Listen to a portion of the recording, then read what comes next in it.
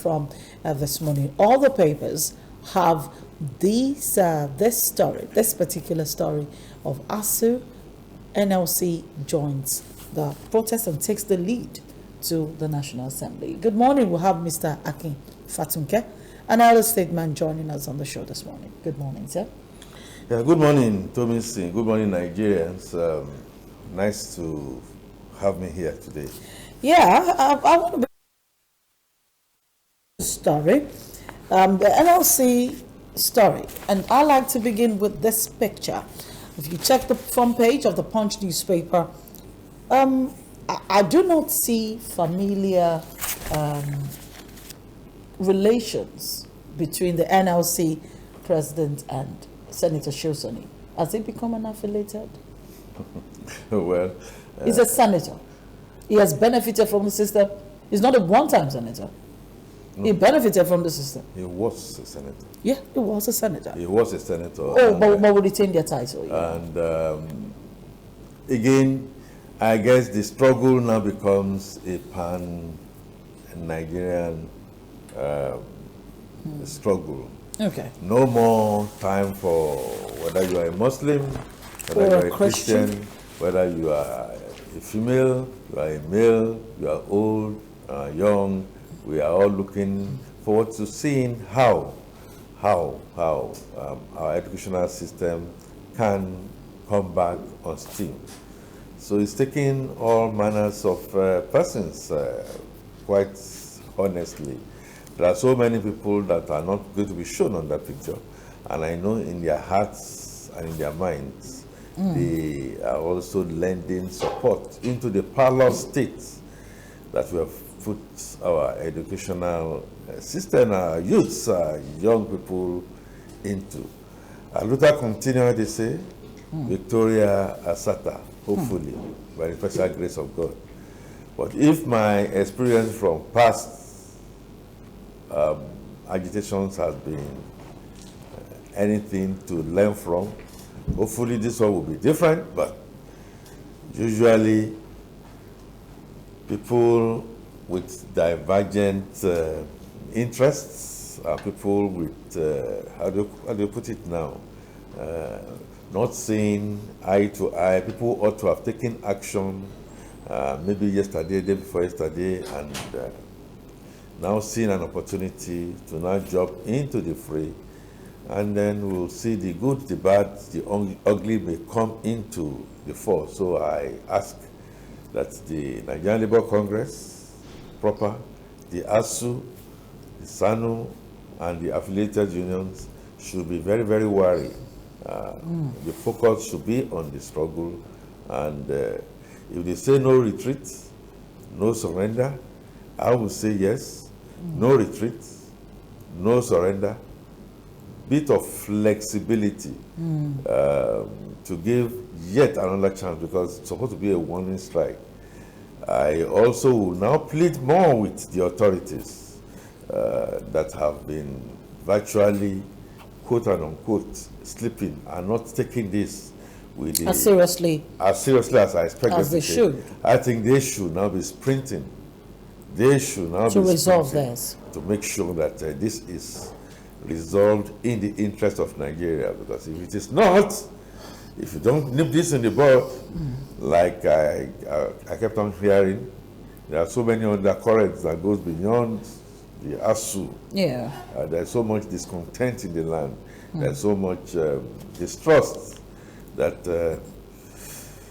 if they keep on riding the back of the tiger, they may end up in the belly of same tiger.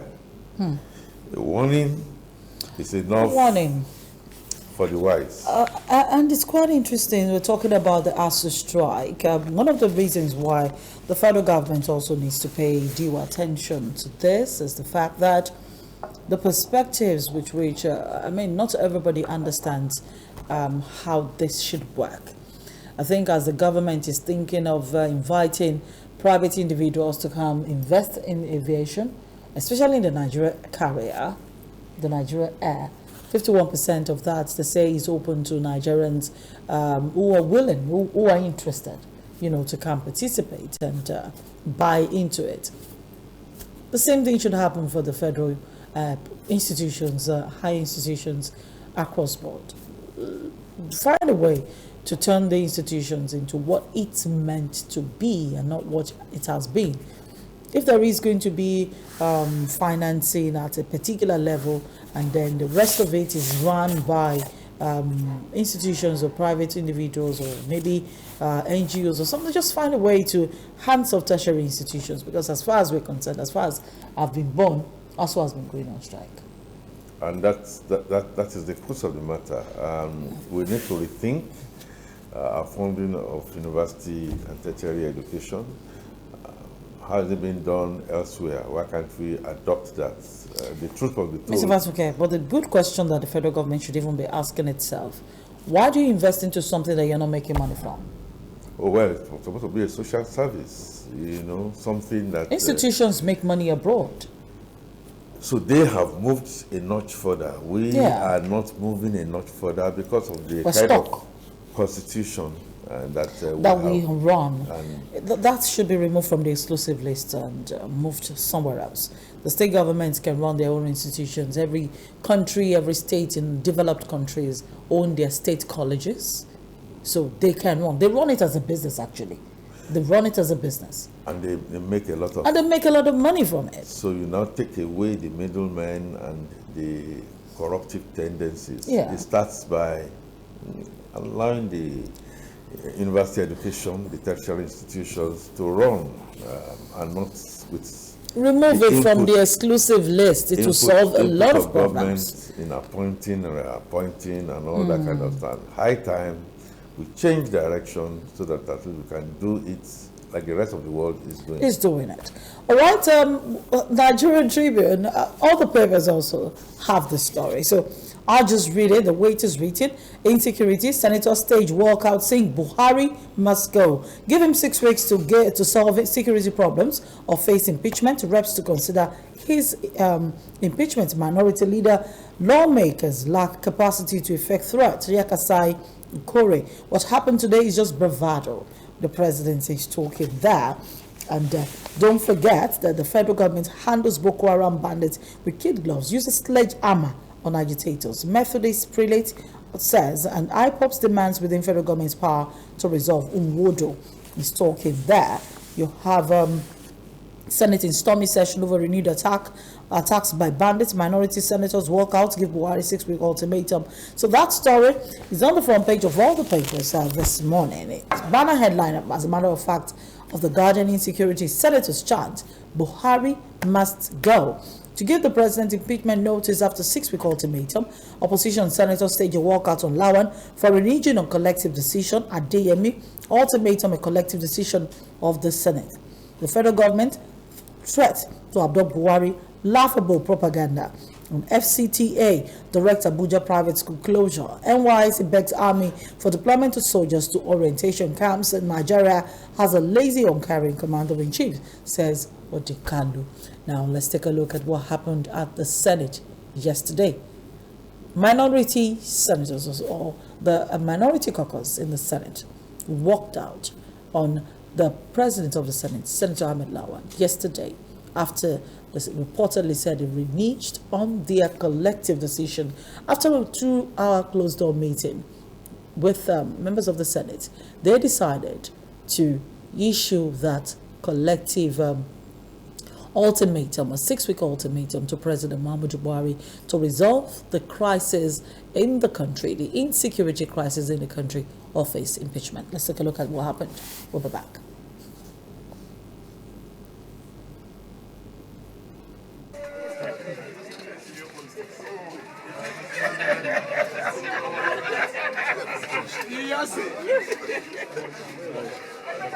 Distinguished colleagues, ladies and gentlemen, members of the press, we went into a closed session to discuss issues as they relate to security in this country, especially the happenings in Abuja and happenings all over the country. And we agreed that the primary responsibility of government is the protection of lives and property of citizens.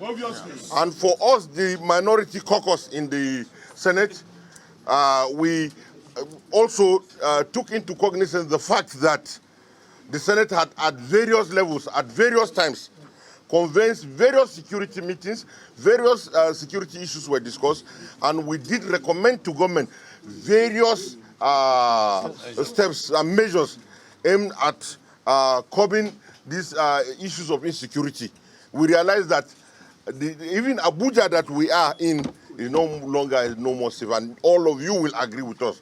And so at the closed session, we agreed that we will give the president an ultimatum that failing which, if it is not complied with, will move immediately to give an impeachment notice. And this we agreed at our the executive session, at closed door session. So when we came out of the closed door session, we expected that the Senate President will brief the public on the issues that have happened, but however, that did not happen. So we have come here in protest to brief you and to let you know that we're with Nigerians in this struggle, and that we're worried that nowhere is safe in Nigeria. And as such, we have come out of the, we walk out of the chambers in protest that. And that was what happened, Mr. Fatoke.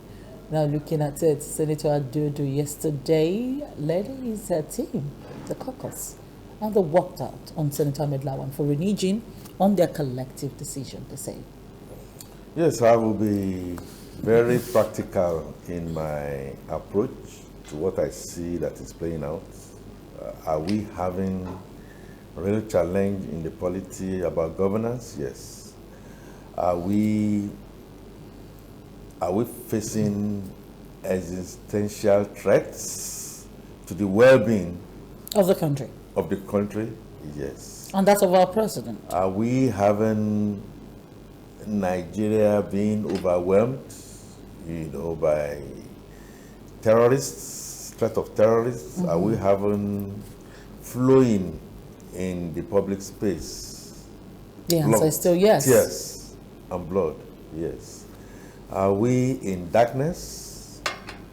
Yes. Is the economy working? Yes, of course. Is the unemployment so high?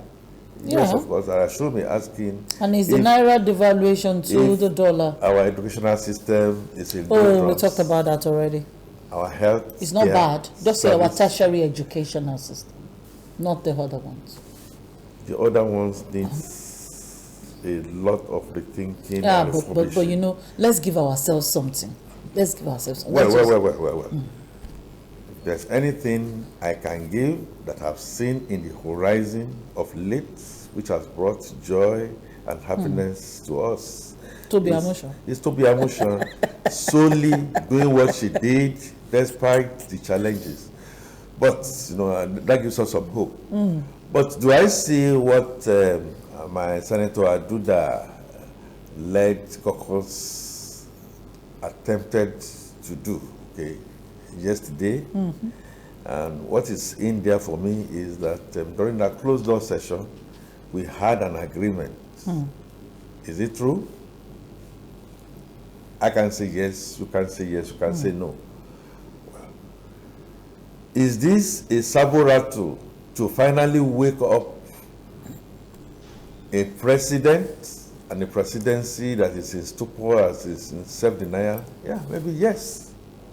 So we need a measure of this. Is this going to go the whole hog, and then we are now going to see Mr. President being impeached and all that? I doubt it very much. I think it's not only... But Adventure is impeached, Mr. Fatoke. Who takes over? Peradventure is impeached. Peradventure, they go into a cul-de-sac that I expect this is going to get into. So what happens? And again, unless and until a responsibility comes, an awareness comes from Mr. President himself. So whether you want to impeach or you don't want to impeach, you've told us that you are tired. You told us that you've done your best. And a lot of people are calling for his resignation. Looking forward to handing over. And things are not. I will still have about 10 months to go in the right direction that we expect. I mean, responsibility is to look around you and take a decision that rather than take my country to this harrowing of the shadows Pain. of the gallows of the gallows of death. I can step back.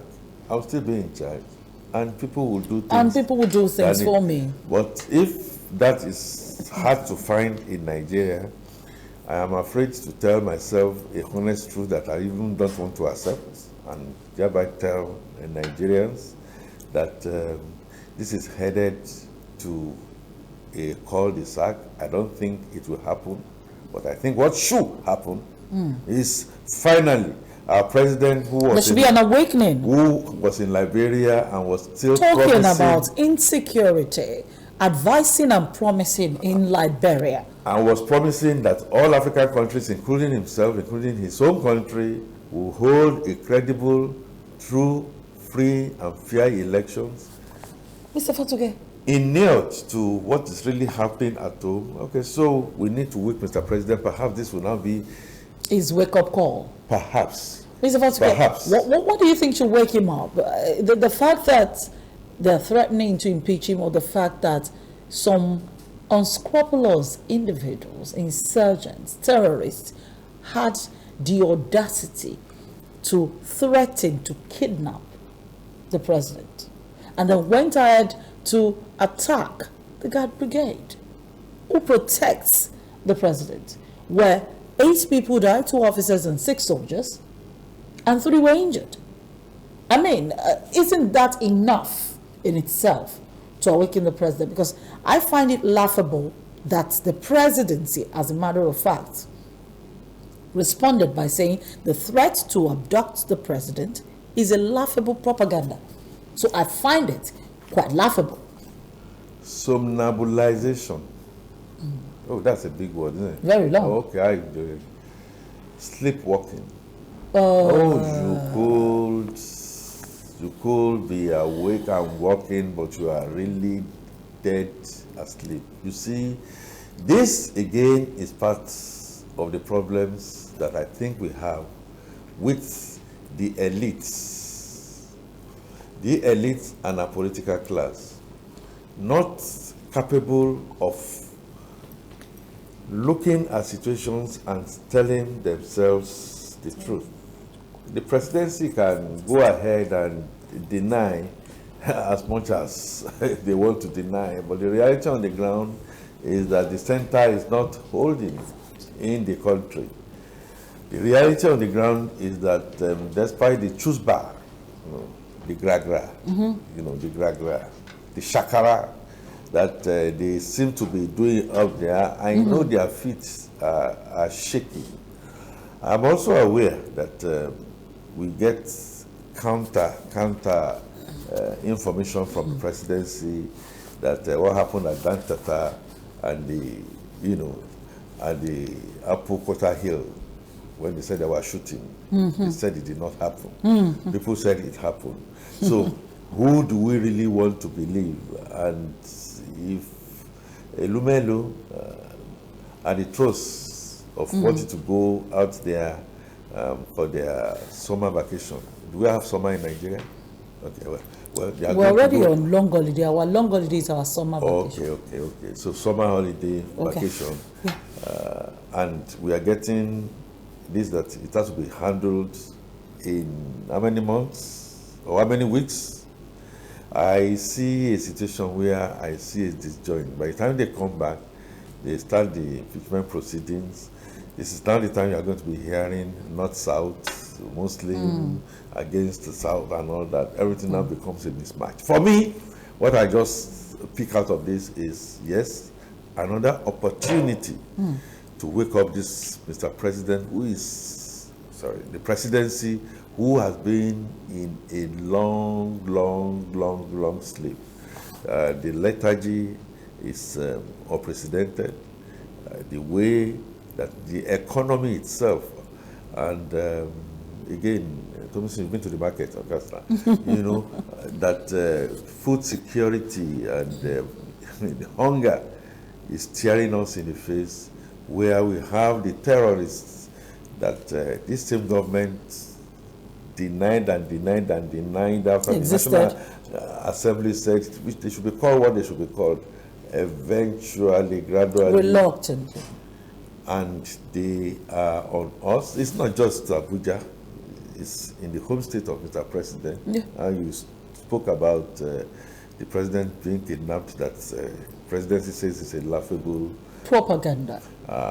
which is most unfortunate. The elite guard, presidential guard that has the best of training to take care of Mr. President was kidnapped. The initial thing we had was that maybe a few people were missing. The numbers are rising. Yeah. We don't even know what is going on. Attack on our rail tracks. People have been paying ransom. And funding terrorism indirectly. Those who have not been able to pay ransom, they are shown where they are being whipped, and if that is not enough to wake a president or for us to now get our acts together. I doubt if this will, or at least again, You think it should? the international community are now again looking and then asking some of these questions. My prayer is that at the end of the day, presidency will now really wake up. I think the president is waking up. Really? Oh yes, before he went out To Liberia. to Liberia To talk about something that to we're go and suffering talk from. about We're suffering from it, don't worry. what We are suffering from. he is also suffering for, because they say he's going to be kidnapped also. He made a statement. He made a statement and said, Minister of Education, resolve this within 2 weeks. 2 weeks. So he's suddenly waking up. So maybe, who knows? And you Maybe know, he ordered maybe Christy the Gideon. other aspect of his being will now wake up again. That we must rise up And remember that he's a and soldier. smell the coffee. He has. I hope he still remembers he's a soldier. Oh, you think so? You want him to wake up and remember he's a soldier? I think so, because at one point in time, the same president. Because he was saying he was going to lead the battle. I know how. And things have gotten from bad to worse and to worse. I know and terrible. how he drove bandits and terrorists far into the heartland of Chad. He had to be pulled back. And right now, the state of inertia that we are facing. Look, Tomi Singh, enough Isn't it? of this cynicism that we have. President wakes up or continues to sleep, heaven is going to fall. It's going to be on all of us and generations unborn. So we must have to find a way and devise something, even from this National Assembly, that I see a lot, unfortunately I must confess, on seriousness. What they needed to have been done a long time ago, they didn't do Now it. they're doing. And now that And just when they politicking are now is feeling rife. the beat of the heat. Because if they can threaten to kidnap the Kaduna State governor and the president, and as a matter of fact, no politician is safe. That's what it means. The University College of Agric Mechanized Division in Kaduna, where students were carted away, we didn't see or hear anything, either from the National Assembly Or, from the Labour Congress. as a matter of fact, they've not been visiting when the the Bethel environment. Baptist school students were adopted and people were paying ransom from their kids, we didn't see. But don't forget this that they kind said of- we should stop paying ransom. They this kind- actually wanted to release that bill. Don't forget. We This should stop ki- paying this kind of ransom for agitation. terrorism. When we had the Nigerian Defense Academy, Breached. ever, and people were carted away, I didn't see people wake up. And say this is a problem. When the Don't forget that Kankara is right opposite. Kankara and Kagara, Niger and Katsina State, Yeah. I mean, Mr. President was there paying a visit, and they said, we don't want to disturb you, but we are here. I want you We to just know want that you to we're know that we're just about a few hours from you. here." And then later And then they on, operated for hours, don't forget. and then they came on, and they are now saying, and they are getting emboldened. Because they are in Abuja. His advanced team was attacked. Now In Katsina? Now Kuje prison Was there, breached? and they showed videos and they took their time, and we had the Tucano jets, and we had The So, attack Mr. Fatuke, because I really want to come off this topic. Everything was sleeping at that time. Yeah. And Mr. President got there and asked some questions, embarrassingly. You don't have Yes. CCTV and stuff like that, and went back to sleep. My point is simple. The center is not holding. Yeah. We must find a way to devise, to look for how to get us out of this quagmire. That we found ourselves. This rain of fire and brimstone that is hovering over our heads, and we must say to ourselves, Nigeria is in deep trouble and we need to call for help, first of all from internal, from ourselves, and then from external. But I wouldn't leave the show, the segment of the show this morning without congratulating the Osun State Governor, Boyega Oyetola, who has the airport project. Osun is in partnership with the Air Force, Nigeria Air Force, to build an aviation city in Osun State. It says Osun NAF partner to build Africa's first and largest aviation city. The picture story is on the front page of the Nigerian Tribune and on the front page of the Nation newspaper, but it's quite bigger here. Handing over, that was the Osun State Governor handing over the official document for the Osun Airport project to the Air Vice Marshal Moses Onilede, who represented the Chief of Air Staff, Air Marshal Oladayo Amo, during the handover ceremony in Osogbo yesterday. The newly constructed helipad at the airport site is right there. So governance is still in view in Osun State. Yes, we must applaud, no matter how you look at it.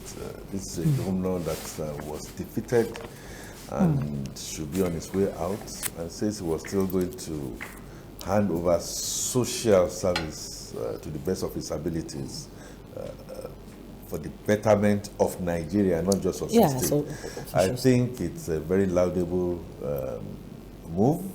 I think it's shown character, and I want to believe that his successor, whoever eventually becomes, We have somebody that won our election, Mr. Fatuke. What do you mean? well, until perhaps the courts, Okay, the air court, the appeal. looking at the process. But Yeah. look, I dare say that I believe he will be recognized for what he's done, not just Also, for the people should incoming also Osun, remember that. but the whole of Nigeria. I think it's kudos. Yeah. You should keep on working until So- the last. And not keep telling us that you are tired and that you want to hand over credible elections. So my kudos to the governor of Osun State, Boyega Oyetola, for what he's decided to do to help us boost security and the ambience of security, not just in the southwest, but in the whole of Nigeria. A lot of people have been dragging pastors into conversations that has to do with politics in recent times. And this particular pastor has said one time and time again that he is not endorsing anybody. So people should not bring certain conversations or acclaim certain conversations to him. I'm talking about Pastor E.A. Adeboye, and at a press conference I used to announce the upcoming Jubilee celebration, the Jubilee Convention, Perfect Jubilee Convention of the Redeemed Christian Church of God. The church did say that as a global church, they affirm their commitment to global peace and prosperity of nations, families, and individuals, and their belief is that this year of the Jubilee will mark a total turnaround in the world economically and in many other ramifications. They also believe that God will be asserting his authority as the sovereign owner and ruler of all nations. They're using this medium to appreciate God for the life of Pastor E. Adeboye. This was put together by a group of pastors. Quite a number of pastors came together to organize this and to make this announcement. They were led by so many pastors, like we have Pastor Oke, Mofunaya, who is the Intercontinental Security Director, Pastor Joseph Ayokuno, who is the Intercontinental Financial Controller, Pastor Joe Obayemi, the National Overseer, Pastor Johnson Odeshola, the Continental Overseer, Continent 3, Assistant General Admin and Personnel, Pastor Josiah Bolari was the Assistant Continental Overseer, Research and Development, and you have Pastor Mrs. Margaret Daramola, the Assistant Continental Overseer, Welfare and Hospitality. They did announce that so many things will be happening, and everyone coming to be a part of the convention should be aware of what they have in store. Let's quickly listen. We'll be back. Righteousness exalts a nation, but sin is a reproach to many people. When people are converted to Christ and celebrate righteousness, truth, by giving their life to Jesus Christ, they begin to live righteously. Everything will change for better. And secondly, when a convention like this comes, it brings the light of God to the environment, to the city, and to the nation. Because Jesus Christ himself is the light of the world. And when light comes in, darkness will vanish away. As long as the light of God penetrated into nook and crannies of this nation, all the challenges will be forgotten and will be ushered into a new era. And that's our focus, that's our prayer, and everybody will begin to enjoy peace in Nigeria. Thank you. Like the AG admin personnel said, we are looking at between the average of 3,500,000 and 4 million people. We have the accommodation for various categories of people. We have the high up, we have the low, we have the middle class. I prepare based on previous experiences that we had for a major program like this. We are prepared with all the equipment that are necessary. You know, the program is broken into several departments. We have the engineering totally in shape to manage the program. And by the grace of God, we believe nothing will fail. We are well prepared, humanly possible. But just as we said, anything can fail. But we don't pray for any failure in any program. We've actually prepared. The young adults have for the past 10-12 years been embarking on the Redeemed Initiative for Skills and Empowerment, RISE. And we've trained thousands of youth, young adults of Redeemed and other churches in various skills, in various talents. The beauty of it, we've had people that came unemployed. Right now, they're employers of labor. Some had even sent their employees to be trained by the same scheme. Is it solving problems? Definitely. Impacting life? Obviously. Putting food in the table of many? Yes, it is. If it hadn't, we would have stopped. Right now, through RISE, the Redeemed Initiative for Skills and Empowerment, thousands of youth of the Redeemed Christian Church of God have had their lives touched. We've decentralized it to various skills, and what we are doing now in technology, this Skills Up program with the technology, is making sure that now when we are talking about technological capacity, the youths are prepared. And interestingly, through the training, the job opportunities they have is not limited to Nigeria. They become global citizens. They sit in Nigeria with the skills they have. They become solutions to companies in America. And so we've had situations whereby people are trained here and their services are demanded outside the country. They sit here and they get those jobs done through technology. The success story has been amazing, and that's what encourages us to do much more.